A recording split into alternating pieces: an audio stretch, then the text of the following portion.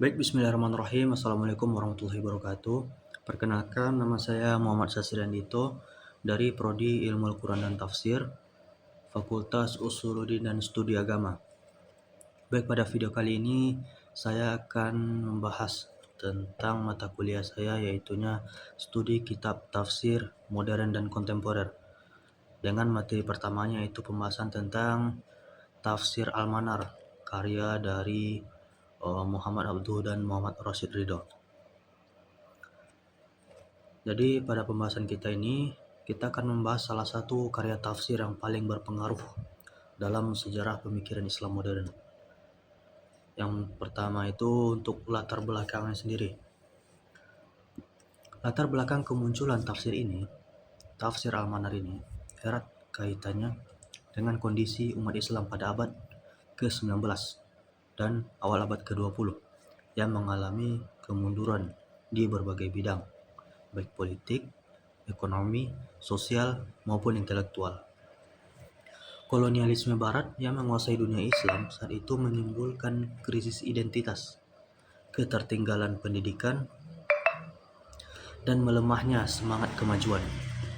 Nah, dalam konteks inilah muncul dua tokoh besar, yaitunya Muhammad Abduh dan muridnya Muhammad Rashid Ridho, yang berupaya melakukan reformasi pemikiran Islam dengan cara menafsirkan Al-Quran secara kontekstual, rasional, dan relevan dengan tuntutan zaman. Kehadiran tafsir Al-Manar menjadi tonggak penting yang menjembatani antara nilai-nilai universal Al-Quran dengan realitas kehidupan masyarakat modern. Untuk biografi sendiri, Muhammad Abduh lahir sekitar tahun 1849 di Mesir dari keluarga sederhana. Pendidikan beliau awalnya dimulai dari rumah dengan belajar membaca, menulis, dan menghafal Al-Quran. Ia kemudian melanjutkan pendidikannya ke Tanta dan akhirnya ke Universitas Al-Azhar di Kairo, yang saat itu masih menggunakan metode hafalan tradisional. Abduh dikenal sebagai tokoh pembaharu atau mujadid yang menghendaki kebangkitan Islam melalui modernisasi pendidikan dan penafsiran agama. Ia pernah diasingkan karena aktivitas politiknya, tetapi kemudian kembali ke Mesir dan menduduki jabatan penting, termasuk menjadi mufti besar Mesir pada tahun 1899. Dalam kedudukan ini, ia melakukan reformasi besar-besaran di Al-Azhar, seperti memperbarui kurikulum dan metode pengajaran. Beliau wafat pada tahun 11 Juli 1905. Namun, warisan intelektualnya terus hidup melalui murid-muridnya, terutama Muhammad Rashid Ridho. Muhammad Rashid Ridho lahir pada 23 September 1865 di desa Kalamun, Lebanon, dari keluarga religius yang masih memiliki garis keturunan dengan cucu Nabi Muhammad SAW. Pendidikan awalnya ditempuh di madrasah tradisional, kemudian melanjutkan ke madrasah Rasidiyah dan madrasah Al-Wataniyah Al-Islamiyah di Tripoli. Salah satu guru yang sangat berpengaruh dalam pembentukan pemikirannya adalah Syekh Husain Al-Jisr, seorang ulama yang mendukung gagasan pembaruan Islam. Berkat didikan ini, Ridho aktif menulis dan berdiskusi tentang isu-isu keagamaan dan sosial. Pada tahun 1897, ia mendirikan majalah Al-Manar yang menjadi media dakwah sekaligus tempat publikasi gagasan-gagasan reformis. Setelah wafatnya Abduh, Ridho melanjutkan penulisan tafsir hingga 12 jilid, menjadikannya sebagai salah satu karya tafsir yang paling lengkap dan berpengaruh di dunia Islam modern. Rashid Ridho sendiri wafat pada tahun 22 Agustus 1935 dalam usia 70 tahun.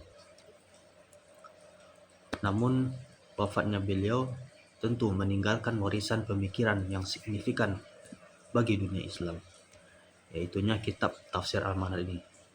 Kitab Tafsir Al-Manar sendiri bermula dari kuliah-kuliah tafsir yang disampaikan oleh Muhammad Abduh di Universitas Al-Azhar sejak tahun 1899 hingga wafatnya. Rashid Ridho sebagai murid setia mencatat setiap penafsiran ayat yang disampaikan gurunya, lalu menyusunnya secara sistematis dan mempublikasikannya di majalah Al-Manar dengan judul Tafsir Al-Quran Al-Hakim. Abduh menafsirkan Al-Quran mulai dari surah Al-Fatihah hingga surah An-Nisa ayat 125, sementara Rashid Ridho melanjutkan penafsiran hingga surah Yusuf ayat 52. Mengikuti metode gurunya, namun dengan menambahkan analisis yang lebih luas, seperti pembahasan kosakata, pendapat ulama, dan isu-isu sosial politik yang relevan dengan masyarakat pada zamannya. Secara metodologis, tafsir Al-Manani menggunakan pendekatan tafsir bil ra'i atau berbasis penalaran dengan corak adabi ijtimai atau sosial kemasyarakatan. Abduh menetapkan 9 prinsip utama dalam menafsirkan Al-Quran, antara lain memandang ayat sebagai satu kesatuan tematik, mengakui sifat universal ayat, menggunakan akal sebagai alat memahami wahyu, menolak taklid buta, bersikap kritis terhadap hadis-hadis yang lemah, menolak pengaruh Israiliyat, dan menghubungkan tafsir dengan realitas sosial. Salah satu contoh penerapan metode ini bisa kita lihat dalam penafsiran surah An-Nisa ayat 3 tentang poligami, di mana Muhammad Abduh menekankan prinsip keadilan dan mengkritisi praktik poligami yang sewenang-wenang. Menurutnya, tujuan ayat adalah menegakkan keadilan dan kemaslahatan keluarga, sehingga jika seseorang tidak mampu berlaku adil, maka monogami lebih dianjurkan daripada poligami. Pendekatan ini menunjukkan bagaimana tafsir Al-Manar berusaha memberikan solusi nyata terhadap problematika sosial. Kehadiran tafsir Al-Manar membawa pengaruh besar terhadap perkembangan tafsir modern. Banyak karya tafsir pada abad ke-20 seperti tafsir Al-Marawi, Al-Qasimi, tafsir Jauhari terinspirasi oleh metodologi Abduh dan Ridho dengan menekankan keseimbangan antara autentisitas teks Al-Quran dan relevansi kontekstual. Tafsir ini dianggap sebagai salah satu rujukan utama dalam menjawab tantangan modernitas di masa sekarang. Jadi, kesimpulan yang bisa kita ambil pada materi hari ini itu menegaskan bahwa tafsir Al-Manar bukan hanya sebuah karya tafsir, melainkan juga sebuah gerakan intelektual dan mengajak umat Islam untuk berpikir kritis, rasional, dan progresif.